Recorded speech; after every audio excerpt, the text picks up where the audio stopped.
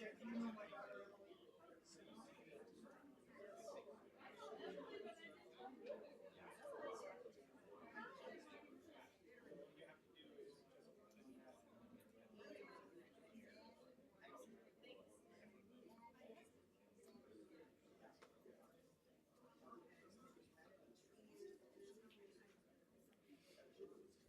afternoon and welcome to the Traverse Area Historical Society October Program and Annual Meeting. My name is Stephen Siciliano. I'm the president of the Board of Directors of the Society, and we're very happy to have so many of you here today. With some of you being visitors to us, I'd like to just take a few moments to explain the Society. We are a 501c3 nonprofit organization, and our mission is to preserve, protect, and present the history of the Grand Traverse region. Activities include programs, historical tours, archive support, scholarship support, and support of the local initiatives to preserve our local history. We are an all-volunteer organization. We have no paid positions. We're governed by our board of directors, and we meet monthly upstairs, and all our meetings are open to the public. Our revenues come from memberships and donations and include the funds that put on programs like this today. So our program is going to be in 3 parts, and so for those of you who are on Zoom today, what we are going to do is we're going to have presentations from our Michigan history scholars first, and then we are going to break, and then there'll be a pause for those on Zoom. And we together are going to play some great games, stressing local history, testing our knowledge and learning a lot more about local history. And then when the game concludes, we will then go into our membership meeting, which will provide a brief time for me to provide a State of the Society report. We'll present our budget to the members, and we will hold our elections for the Board of Directors for this year. So that's and we will then come back for the annual meeting on Zoom. So today, to begin with, we're going to have 3 Michigan history scholars present to us. For those of you who are not familiar, the Society provides all the registration fees for all of our local Michigan history scholars at the local level, the state level, and at the national level. So the Society, one of the things that we do to contribute to local history is to support our local scholars, and you will see why it is so valuable today. The 3 scholars that we will have today, the first are a team that comprises Cicely Primo and Isabella Poole. They are Traverse City West Middle School 8th graders, and their project was a group exhibit entitled "The Fire That Sparked the Change, the Triangle Shirtwaist Factory Fire." And then they will be followed by Makayo Ireland, who is a TCAPS Montessori 8th grader, and his project was a research paper on the Battle of Hampton Roads, American Inventions Crush British Tradition. Makayo also won the best entry in naval or maritime history at the national level. So I'd like to bring up Cicely and Isabel, and they're going to give an explanation of their experience in their exhibit. So please come up.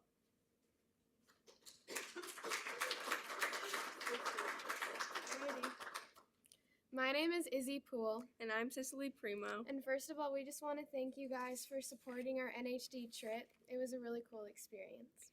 Basically, NHD stands for National History Day, which is a project that is required for all 8th grade students, at least in our state. Everyone in 8th grade will choose a topic to research on, which can differ from medical medical inventions to disasters in history, anything that really was a turning point in history. Everybody researches their topic and finds as much information about their topic as they can. And then, using the information that they gather, they either create a website, an exhibit, a performance, a paper, or a documentary. We chose to do an exhibit, which we do not have with us right now, but we do have pictures of it. And we had to find 9 sources, either primary or secondary, and we had to find photos, use those to help with our research and help with our project. Our topic was the Triangle Shirtwaist Factory Fire. It took place on March 25th, 1911 in New York City, and it was one of the worst industrial disasters to ever take place in United States history. This fire killed 146 young immigrant women who were locked in the building by the owners. This was a classic example of poor working conditions, and after this happened, 30 separate laws were created regarding working conditions and labor laws, including minimum wage.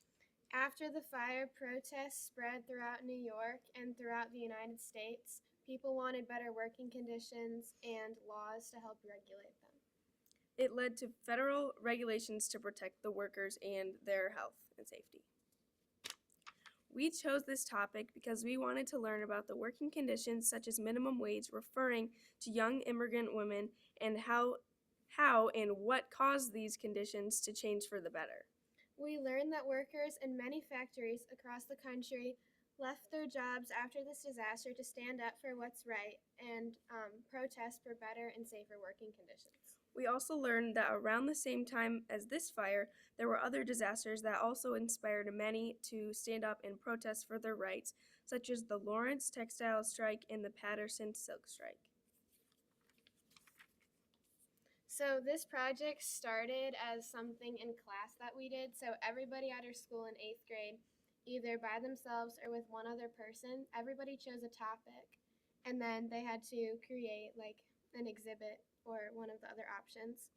And then the teachers we all got grades on them, and then the teachers selected, I think it was like 10 projects to move into the library at our school, which after that people came in and started judging our boards from that. So after being in the library, I think it was 3 projects from our school, and then other projects from other schools in the district were chosen to go to the district level competition. And at that, I don't remember how many were chosen for each category, but we were selected to move on to the state level, which was down at Central Michigan University. And 2 projects from each category were taken from states, and then each state had 2 entries. And then everybody went to nationals, which was in Maryland. And so for the state competition, before we were interviewed on our project and before we spoke about it to the judges, we were allowed to look around at the other projects, which I thought was very good because I like to learn about lots of things that I've never heard of before. And some of the popular projects that I saw a couple times were like the invention of penicillin and like seatbelts and like more like safety things kind of is what I saw a lot of. Mhm. And we got to look around, read other people's projects, and see their documentaries and like read their papers and see their performances, which I thought was really helpful to just see like other perspectives of how people chose. And then after seeing everyone else's projects on the second day, we were brought into a room. So it was just us 2 and then like 3 or 4 other judges.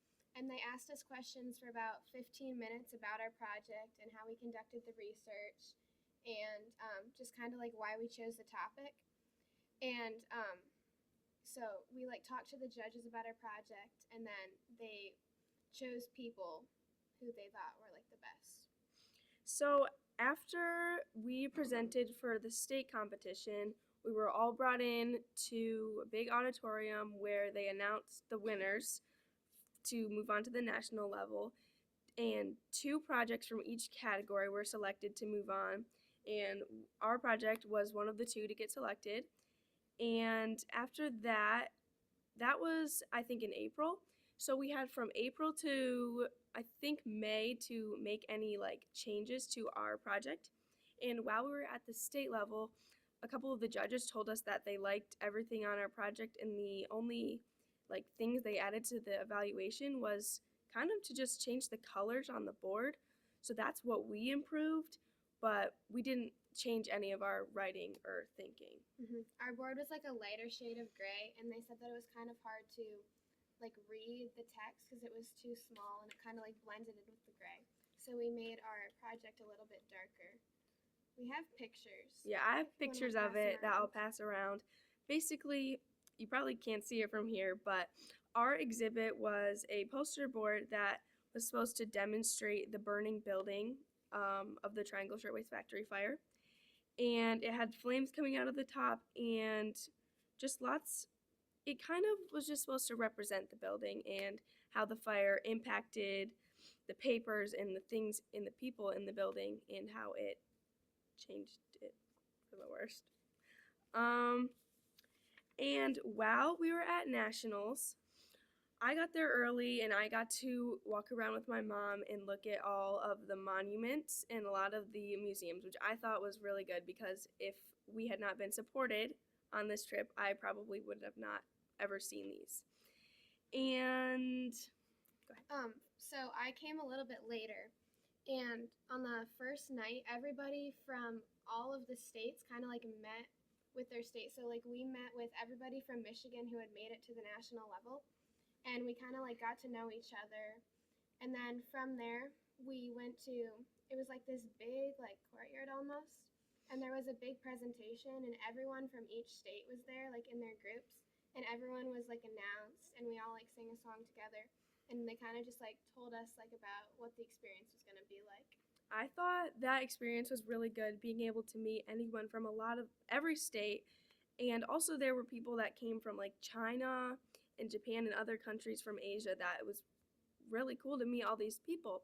And we had the opportunity to walk around and trade pins with people, which we did not do, but we didn't have pins, but we went and met a lot of people.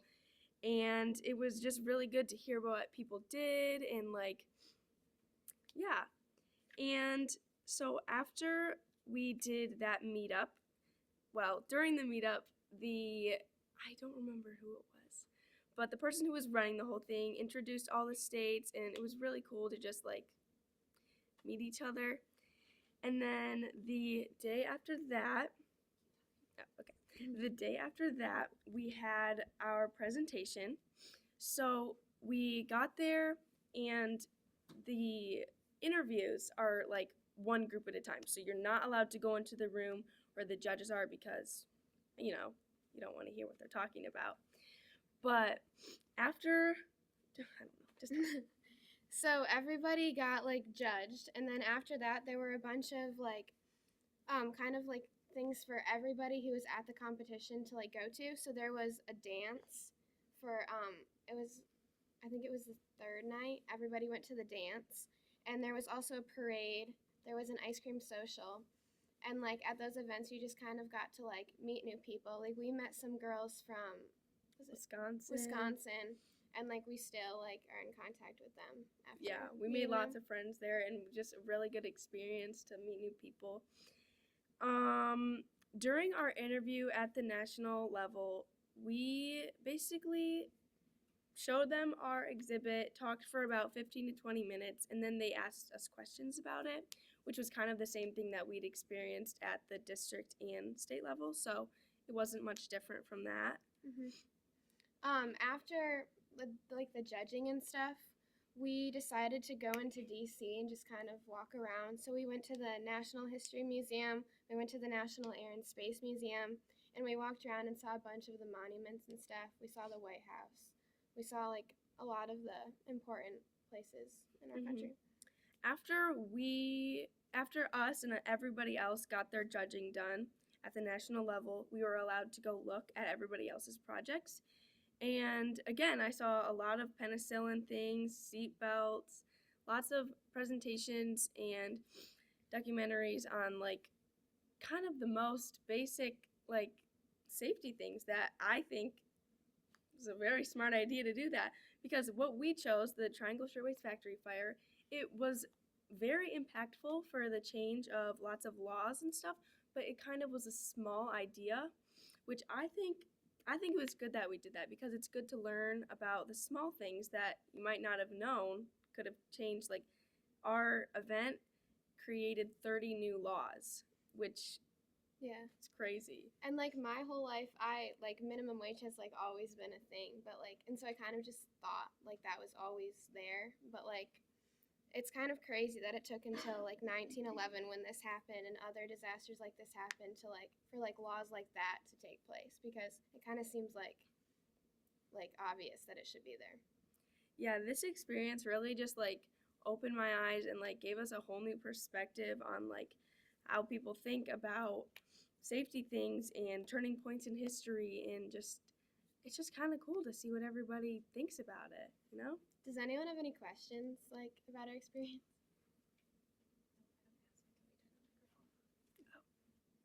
Oh, you. Just curious if you found out a reason as to why these young immigrants were locked into the building. Yes, so basically, the owners of this company were Max Blank and Isaac Harris, and they were previously known to have locked the workers in their other buildings that they had before this one to make sure that they got their work done, because they were pretty mean and harsh with their like conditions, and they wouldn't let any of the workers leave until they had done a crazy amount of work. I think it was It was a lot. 15-hour work days. Yeah, I think they got, it was like 5 a.m. to like 9 or something.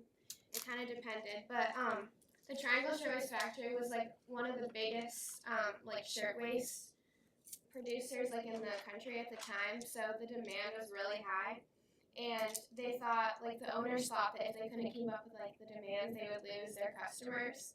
So they needed people to make the shirtwaists, and the only way they could get people like that they could keep up with like the demand was to lock them in until they were done. And the reason why so many of these young immigrants had died was because Max and Isaac hadn't kept up with the like safety regulations. They only had one fire escape, which was broken, and they did not, like, the elevator was broken too.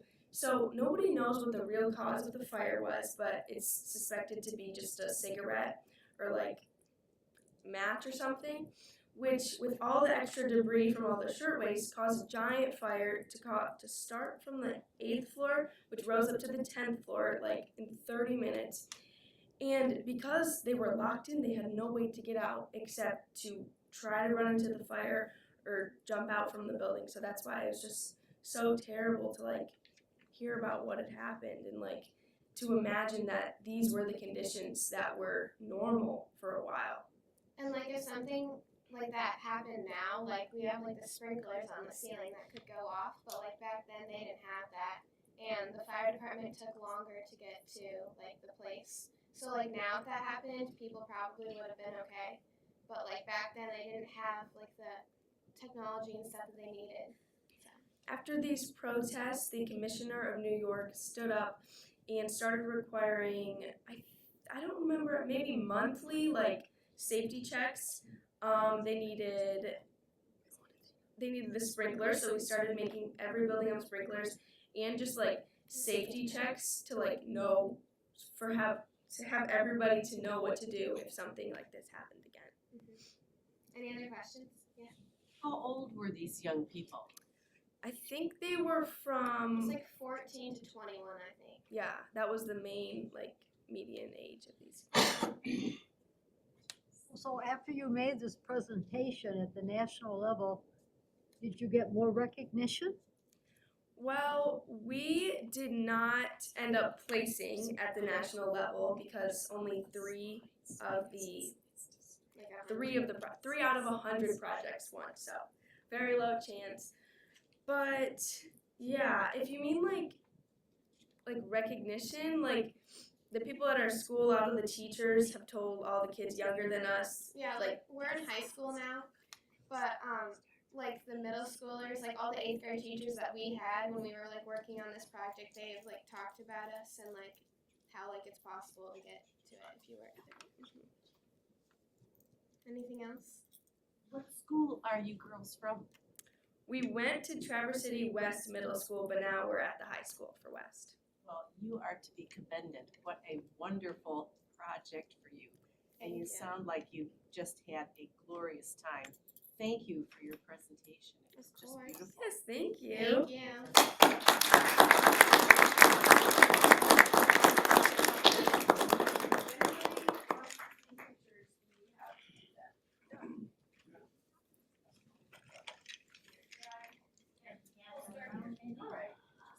Are you gonna stay afterward? Probably gonna do that as like a last thing. Okay, is it okay if we just leave it there? Yeah.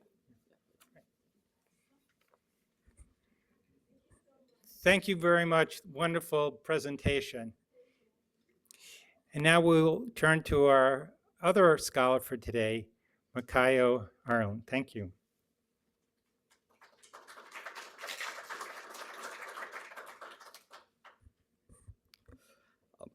Hello, and first of all, I would like to thank all of you for helping me experience both the academics of this national competition and our capital, which I had never been to. My name is Makayo Ireland. I competed last year in 8th grade at TCAPS Montessori, and I currently go to Traverse City High School in my freshman year. I created a paper on the U.S. Monitor and CSS Virginia, two ironclad warships whose clash at Hampton Roads in Virginia changed the basis of naval warfare from the wooden warships of the past to the iron-built warships of the present.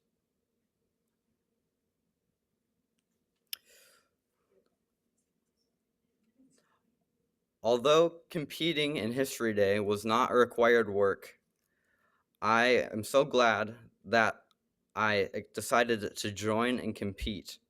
And it was an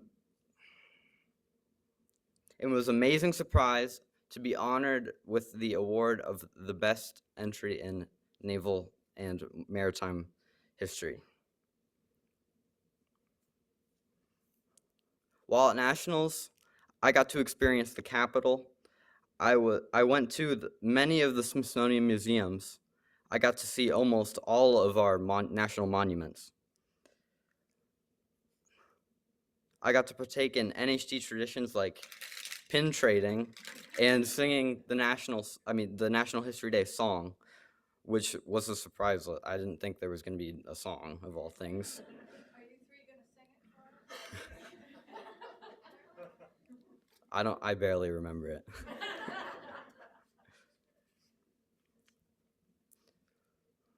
And perhaps the most memorable experience was being able to read other projects and connect with other students through those projects.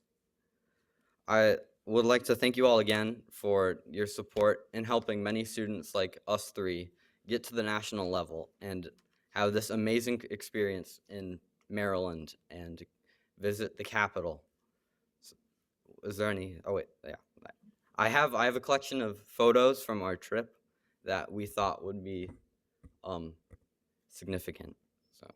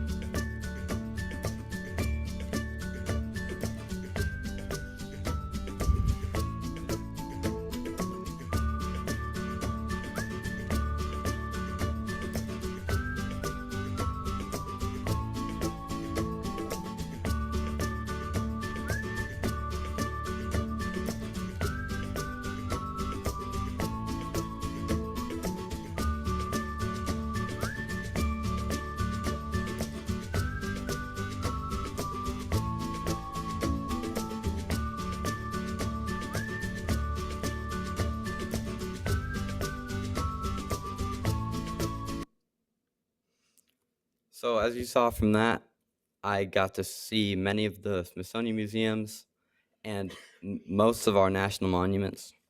And is there any questions for? Yes. How did you come around to that topic? Well, I had heard of it before in a few books that I had read in maybe the 7th or 6th grades. And when I came across it again in my research, it really just fit the criteria that I was looking for this project. Yes. So, what was your presentation? A board or? It was a paper. I think I mentioned that, but Okay, yeah. sorry. So was it? It was just a research paper presented. How many pages was it? So on. It was 2,499 words.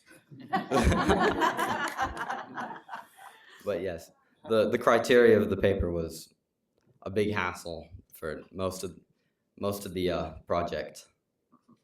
Do you present that orally to the judges, or do they just read it? No, they read it before the judging, and they came to the judging with the knowledge that was in the paper, so they could be able to ask questions about the information. Yes. Now, in your research, did you find that it brought you more curiosity on naval and maritime history, or was it just this subject in particular that you enjoyed researching? Yes, well, this subject, sorry.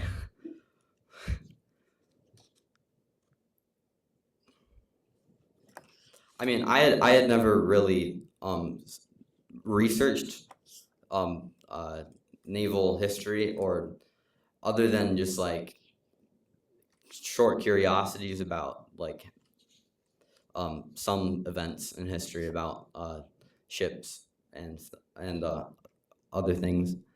I had never done a serious project or like research on naval history. Yes. Can you tell us a little bit about the monitor and the Marriott, what you found out? Yes. Well, this event in history really started as the South deciding that they needed a weapon to break the North's defense of this major trade route of Hampton Roads. So in that desperosity, they decided to create a ironclad warship, which was not very common in this age. They had been built before, but they weren't very credible because the traditional warship was made of wood. So hearing of this, the North started an arms race to build an ironclad warship to meet the Virginia in battle, which they almost did not succeed. They did not complete it before the Virginia was completed, and the Virginia, before being able to be clashed by the Monitor, had destroyed almost the entire fleet at Hampton Roads. On the arrival of the USS Monitor, a 4.5-hour battle ensued, which no true victor was determined, and resulted as a tie with both boats going back to their port of origin. But this event did show the significance of ironclad warships and their strength to the rest of the world, and really proved the credibility of these ships in warfare.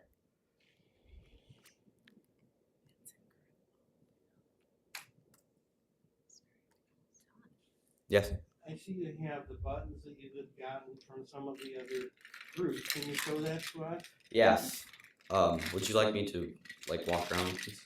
Sure. All right.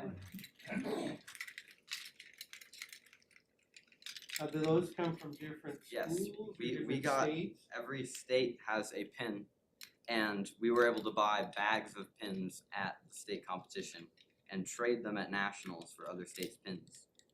So I don't know exactly how many pins I have, but it's a lot. Do you have the Michigan pin there? Yes, it's right here. You hold that up for the phone?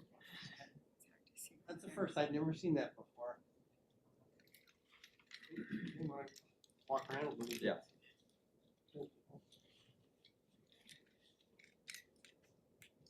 There was a pin for every state, and other countries that participated also got pins. I don't know how many foreign countries I got.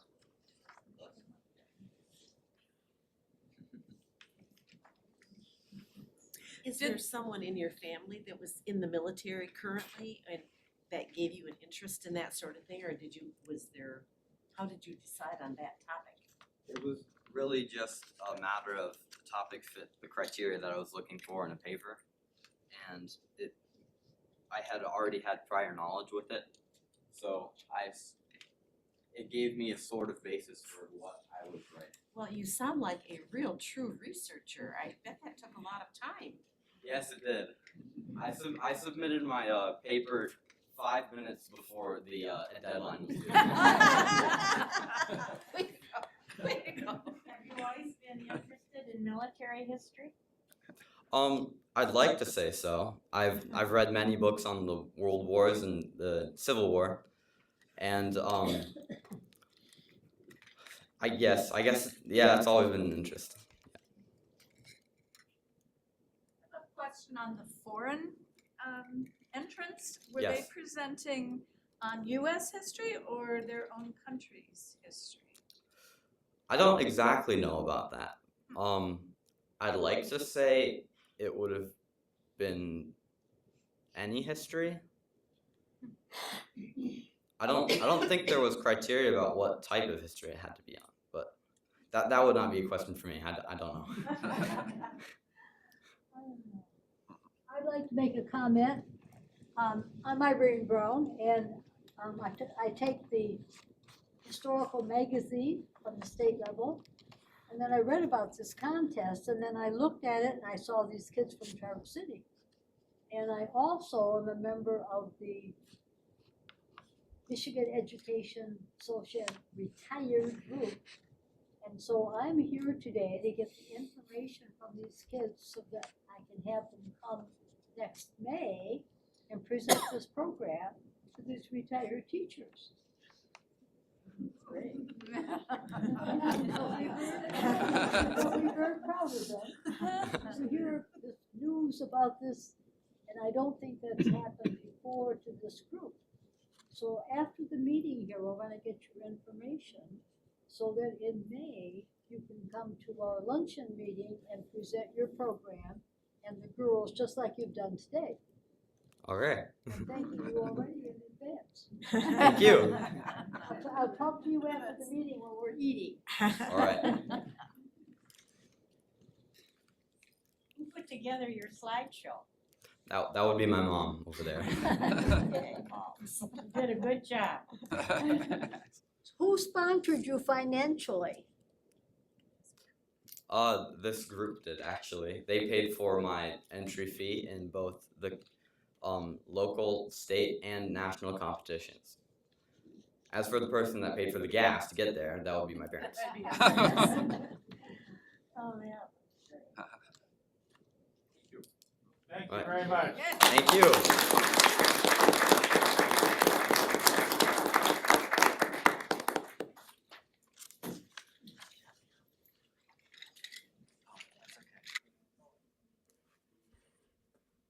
So that concludes the first part of our meeting.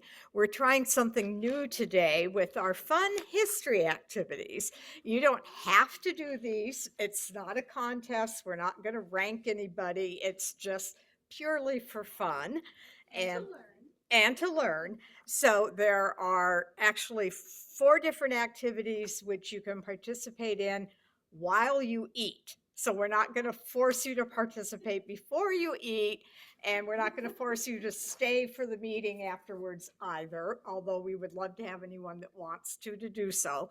So Marty is going to explain the Grand Traverse Ghost Town event, which is over on that wall. And I apologize to any OCD people because that is crooked, and I admit that is my fault.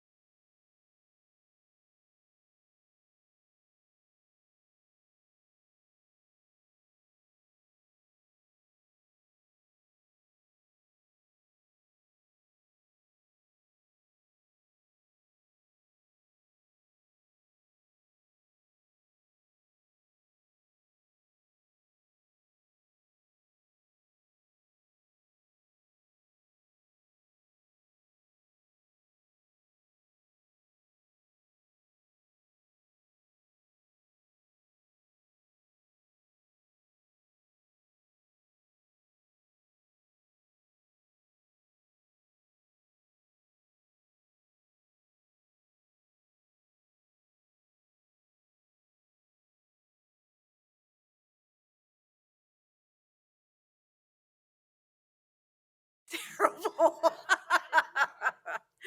All right, so I'll give a couple of hints and see if you can finish up while I'm speaking.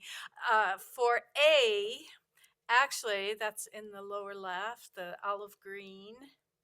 The only hint I can give is that A is indeed in the corner. Does that help?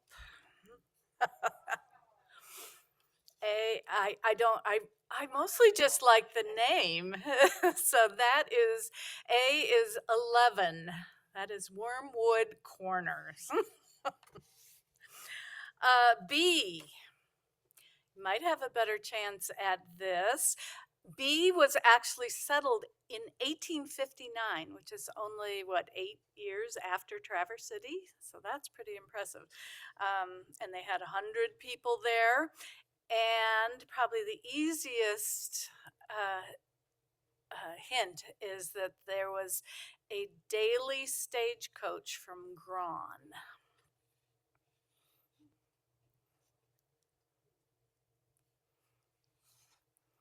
So, anyone know what that was? The number? Stephen had it. I know Stephen had it. Okay, B is Monroe Center. All right, C.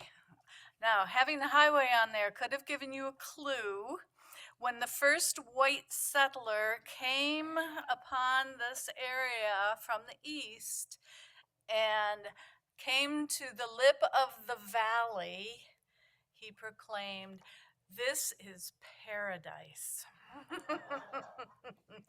But so the Grand Rapids in Indiana runs through there, and it does exist today under another name.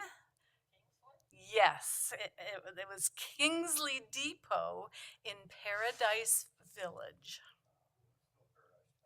It is still Paradise Township. All right, D. Okay, D is not on a summit. But it was a hopping place. They had 250 people living there at one time. There is still a road if you're on your way out of Kingsley heading east. The first road you come upon is Summit City Road. So this D is 9. They had all of 2 carpenters, a doctor, a sawmill and a flour mill, a church, the Hotel TAHS, an express company. So they were busy, and now you can see about 5 houses when you go through. All right, E. This place played a huge part in Traverse City's development, and the hint is seeing the 2 railroad tracks there. It was in fact a junction. It only had 25 people living there, but there were 3 hotels just because it was a junction at the railroad. So this, the Grand Rapids in Indiana was coming north out of Grand Rapids, and everyone in Traverse City thought it was going to come to Traverse City.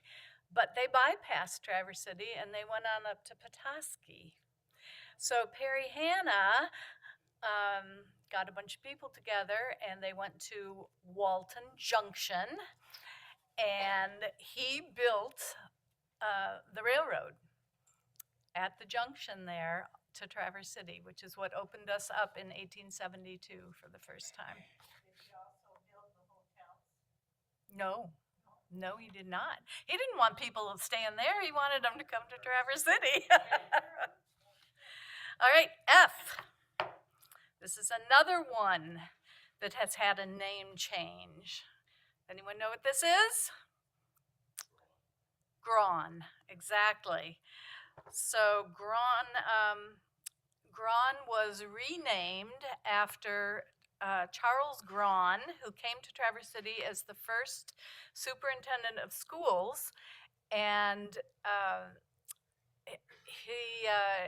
he was also the grandfather of Governor Milliken. So Blackwood was renamed in his honor.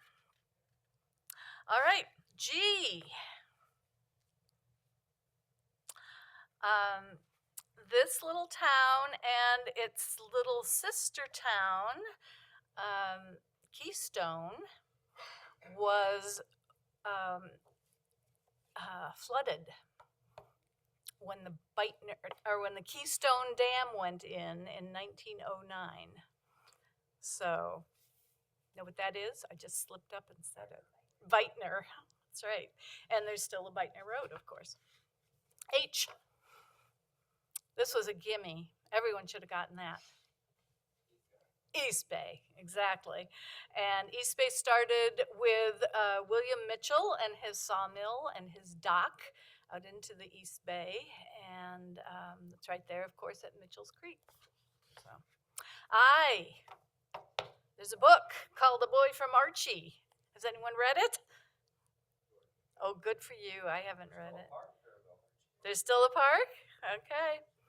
At one point, this little town had 150 people in it. They had a vet, 2 carpenters, a dressmaker, and there was a stagecoach that went through 2 times a day to Old Mission and to Traverse City.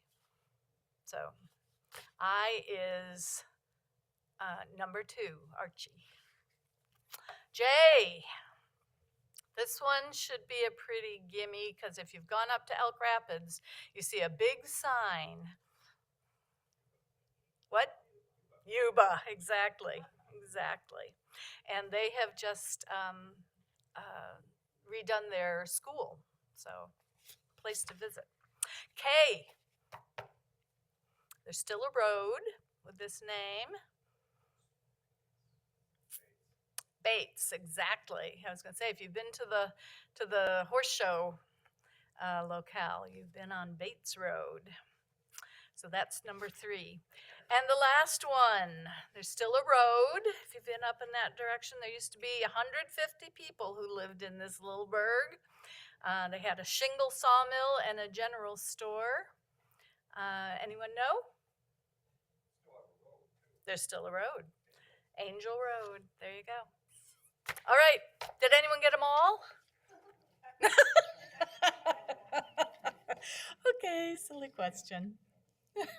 Well, thank you for playing my game. Okay, so we're gonna do places first. And the first hint was the original version of Traverse City's tallest hotel. And anybody wanna quietly shout out the number? Anybody get it? The original version of Traverse City's original tallest hotel. 7. And it was called the Campbell House. It was originally the Campbell House. I think by the time this picture was taken, it was in 2024, people play soccer and baseball at this location. Number? 4. Civic Center. So the Civic Center, way back in the day, was a harness racing park. Yep, up until, and then it became the the home of the Northwestern Michigan Fair until 1960 something. Today, this location still hosts a restaurant. Do you know its name? I forgot. I was going to drive by it and look at the name, but now I don't know the name of it. I'm looking at number 5, which apparently was a Kentucky Fried Chicken. It's on East Front Street, across from the Bayshore Hotel. Yeah. It's like a little breakfast cafe today, but I can't remember. Traverse Bay Cafe? I think that's it. Thank you, Larry. Today, mariners and chefs are trained in this location. What was it then? What is it today? Anybody want to shout a number out? 2. 2. It was, what was it before? Cherry growers. Cherry Growers Canning fruit processing factory, and today it is the, Maritime Academy in Love There- Hills. yeah, it's NMC's Maritime Academy, and if you've lived here a long time, you remember there used to be this huge, like, beige colored wall on East Front as you drove by. I think it's an improvement, but Yes. the original version of one of downtown's iconic department stores, what was the department store's name? Anybody have a number? 6, it was Milliken's. And what's really, this is the southeast corner of TAHS in front. And the interesting thing is, this building is still inside there somewhere. Yeah. The turrets have been taken off and it's been facaded several times, but no one ever tore the building down. They just kept changing the outside of it. It's Espresso Bay today. It's on the bottom floor. From before and after 1900, this building hosted dances and parties in spite of its sometimes less than sanitary location. Number? 9. This was the Weckatong Club. It was built in the, I think, 1890s, torn down in the 1940s, right about where the mouth of the bay is today. And the reason it was sometimes not sanitary is because we did not have a sewer treatment plant until the 1930s. So there was stuff floating all over West Bay, and they went swimming. There's pictures of a slide down into the water. That was on the riverside. That slide was on the riverside? Oh, yeah, I mean, the stuff floating down was on the riverside. Oh, Bayside was, my dad used to remember throwing rocks at the stuff floating down. the stuff floating down. I don't have time to tell this, actually, that would be a good talk. Why we didn't have a sewer treatment plant until the 1930s and how we ended up with one, but that's for another day. Today, this location hosts the Traverse City Visitor Center, and what is the building you see there now? I'm pointing to it. It's number 3. And, somebody, MN&E, what is it, Michigan? Manistee and Eastern Railroad Station. And the interesting thing is that when the architect designed the visitor center, he or she, I think it was he, but anyway, there's some repetition of some of these design elements in the visitor center, which I think is sort of cool. That's the Manistee and Northeastern. Yeah, M&E. Right. Manistee and Northeastern, I thought I heard Michigan. I don't know. Manistee. The city's first gas station. One. Rennie's? Crandall's? Oh, Pioneer No. Station of the North. Rennie's Oil, Rennie Oil. Yeah, 1918? 19. 19. I was close, 1919. It's got a bank building sitting on it now. And this building still stands today. What was and is it called? There's only one left. 8. And what was it? James Decker, Munson. It was Munson Hospital. And another just like the Milliken's building, this was never torn down. It's still inside there. And if you drive around the back of Munson, you can still see some of the brick wall on the back side of it. Okay.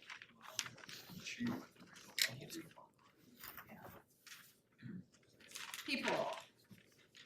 Traverse City's first smoke teacher at 15 years old, around 1852. Anybody know a number?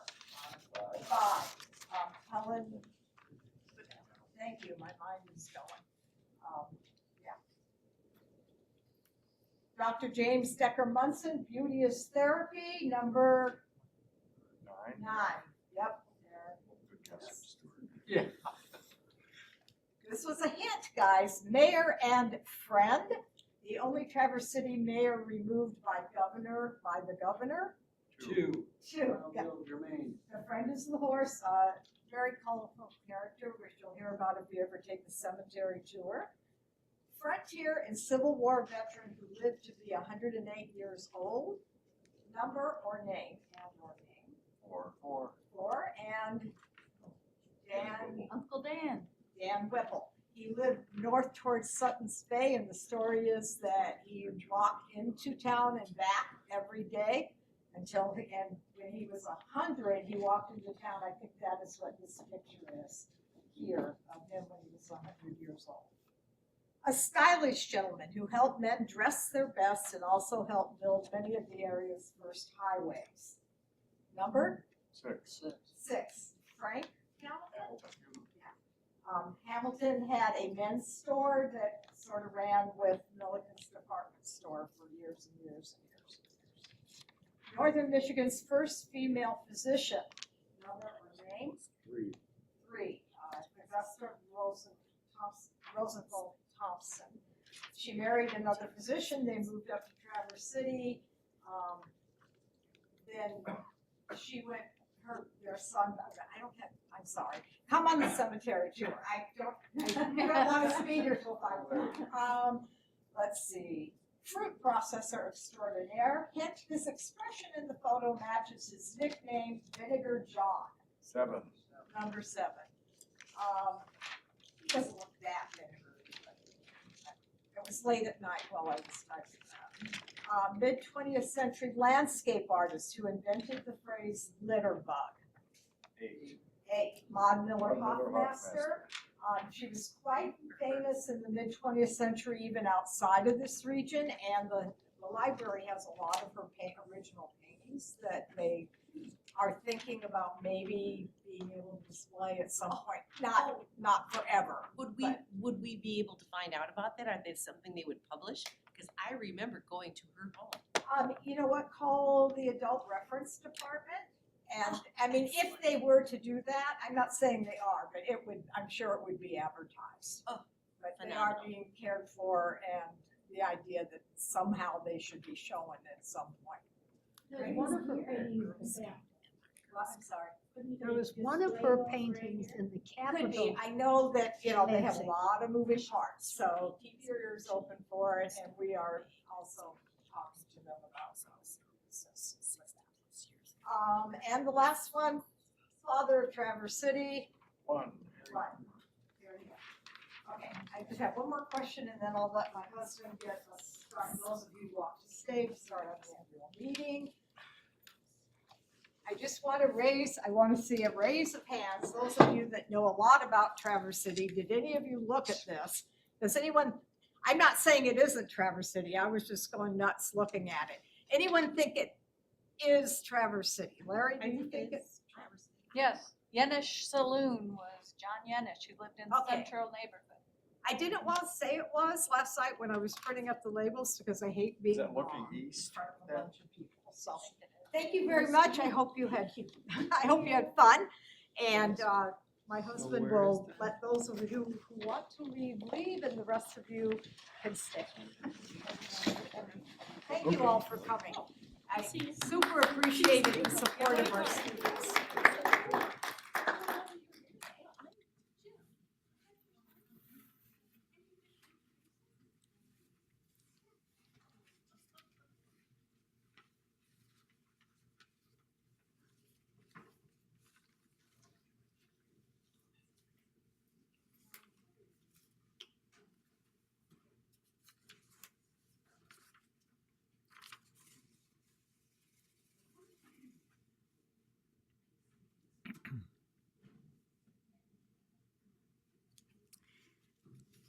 Thank you all very much for participating today.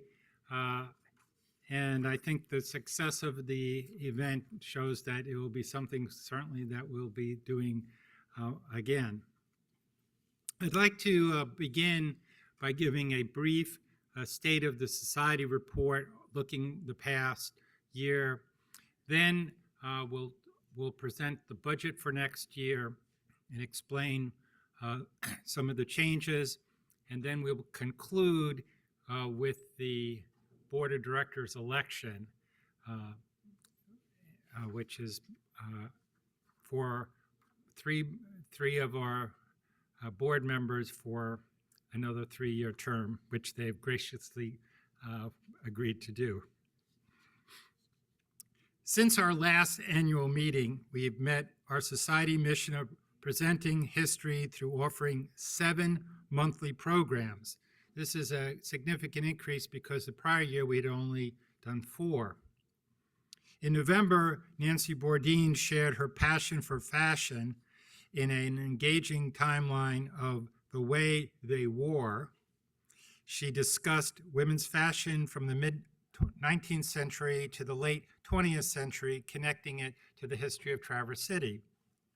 January, Christopher Reiser, who was attending earlier today, explored the life of Reverend Peter Doherty and the early 19th century on the Old Mission and Leelanau peninsulas. February, Jeffrey Yeager presented a critical analysis of General Custer's performance at the Battle of Rio Hill and its implications for his final defeat at Little Bighorn. March, Peg Siciliano presented on the changing face of visitor accommodations in our area in her talk, Rutted Dirt to Interstates, Tents to Motels, How Roads and Lodging Changed Between 1910 and 1970.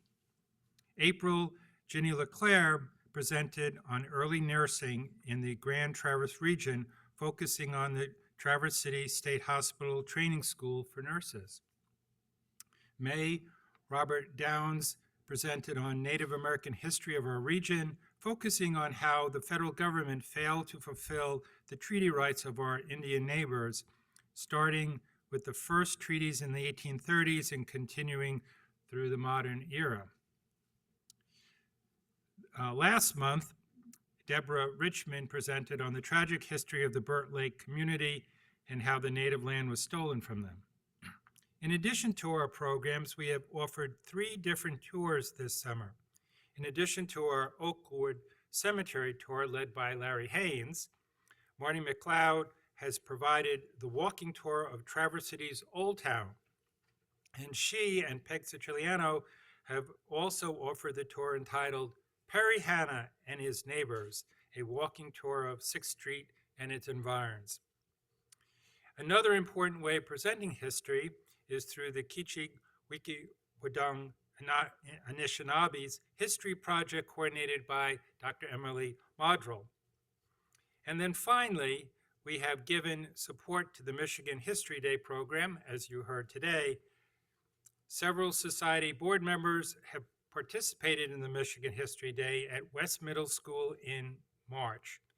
We had the pleasure of serving as judges, evaluating wonderful student projects, as you heard today, including exhibits, documentaries, posters, websites, and papers. The quality of the projects was shown in that several of the projects advanced from the district to the national finals. The presentations today, I think, gives a good example of that. I also would like to make a pitch for this. Every March, we meet at West Middle School and we do this project. I will be sending out that request. They always are in need of judges. It makes for just a great day. We start about 8:30. We go to about noon or so, evaluating a single category. So you heard actually from 2 categories today, but you get to select your category, generally speaking, or get a choice of a couple, and then you judge 2 or 3, sometimes 4 projects, and then you get together with your fellow judges around lunch that is provided, and by 1 o'clock you're done. And while there is some pre-work, obviously, as you're reviewing the items before judging day, it is just a great experience working with the students. They are so enthusiastic.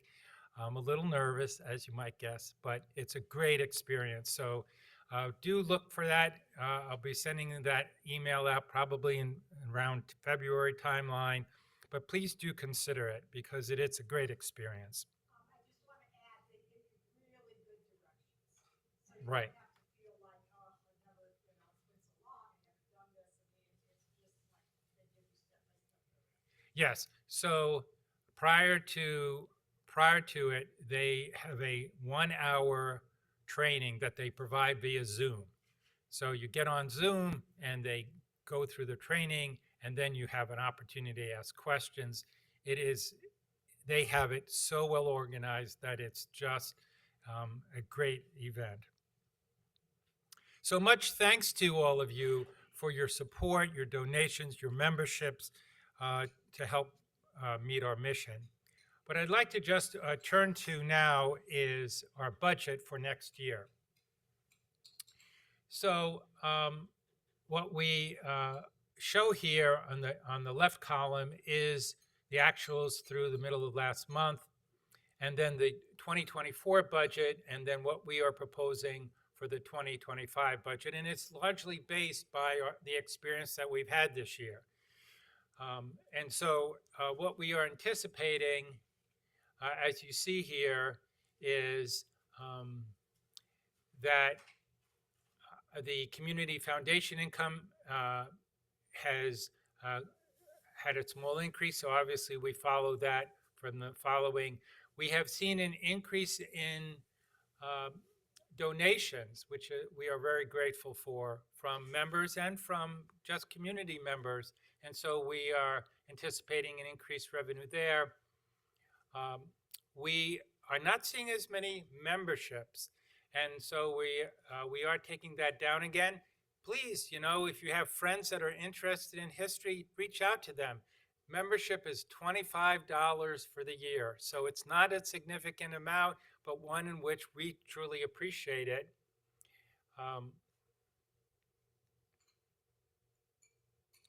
And then the tours have been more successful than in the past, and so we are increasing that. So our overall income, we anticipate, will increase from roughly $5,900 to $7,300. Then on the expense side, again, we're following mostly the experience that we have, but I want to point out one significant change, and that is regarding the storage units that we have. Currently, we have one 10 by 10 unit that we have been using to maintain. It's largely filled with our various books that many of you already own, and some of our society materials and supplies. We have decided as a board to purchase a second storage unit, and the reason for that, I think, is important for all of you to understand. Many of you have asked, and it's not only you, when are we going to have a museum in Traverse City? And as you well know, we had a museum in Traverse City. Unfortunately, we had to give it up because we couldn't afford it, and we weren't receiving city support financially to maintain it. So the city maintains its own museum collection. The Con Foster collection is in the basement of the Carnegie Building. It is being cared for. It is gradually being inventoried again. And in the meantime, however, what we know is that people have artifacts within our community that the city isn't accepting right now.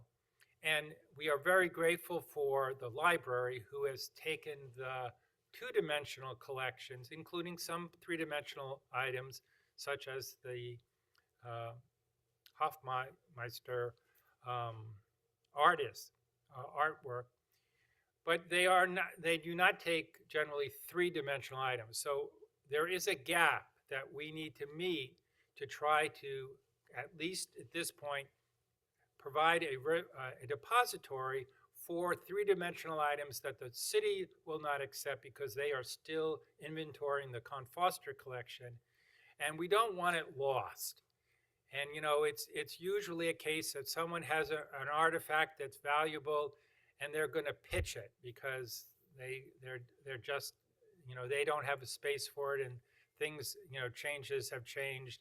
So as a result, what your board has decided to do is to rent a second storage unit, and we are going to use that second unit to house three-dimensional items that we have determined have some historic value and await the city's conclusion of their inventorying of the Con Foster collection, which I think would then be the prerequisite for ultimately deciding what they are going to do to exhibit the history collection. So the reason for this significant change in the budget is because we're taking on that storage unit. And so, again, this is part of our mission of preserving our history, that we're going to now house that. We have, in our last meeting, discussed a local history collection policy so that we follow standard archival procedures, and we will be using that preliminary approach as we acquire items that we determine have no other home but still have important historic significance. So that's the major change, really, in terms of the expense line that we have. So the bottom line is that our net income is a negative $4,000. So how can we run that way? Well, the society, fortunately, has been very thrifty over its last 10 years, and we have been saving money year over year. So we do have approximately $25,000 that we have in, a part of it is in CDs, part of it is in money market, and that is what we will draw from to balance our budget then for next year. So any questions about our budget or how we are? Larry, could you tell us where this the storage unit is located? Yeah, about a quarter of a mile south of South Airport on Cass Road. A place called the Storage Attic. It is a temperature controlled unit. Okay. So it's dry and it's secure and it's locked. It's got the bottom line basic need for storage. Right. Other questions? All right. So if not, are there any other questions about where the society is right now in terms of its progress, its programs? Okay.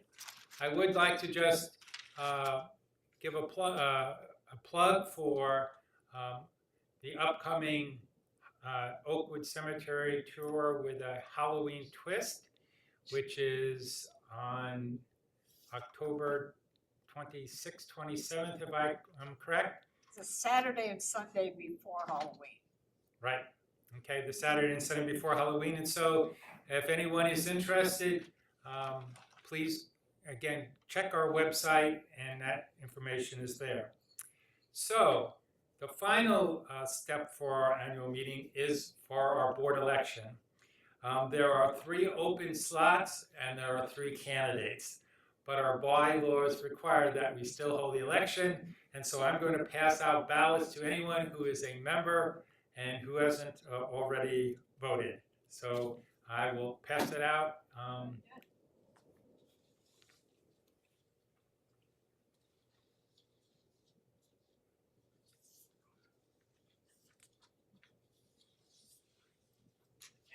we've got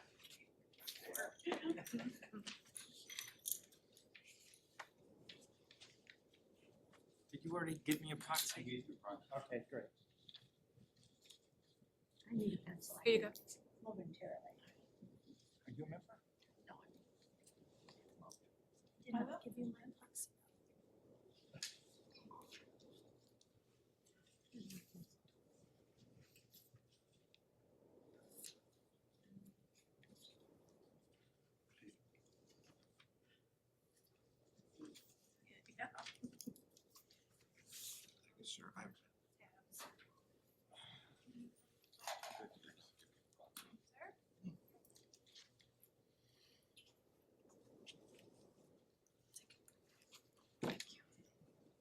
Everyone get a ballot?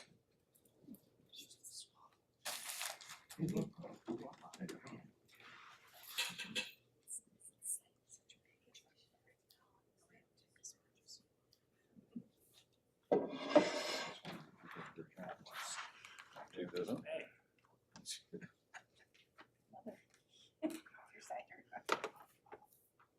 Well, I want, oh, here we go.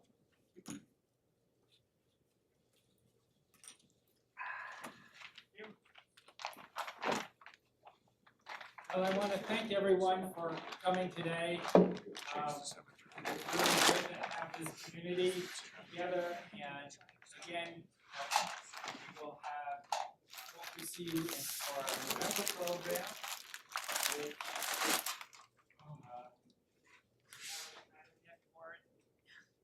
No, it's the Lebanon Historical Society. Right, the Lebanon Historical Society will provide a presenter for that program that will be here in November.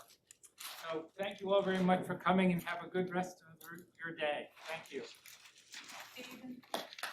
Yes.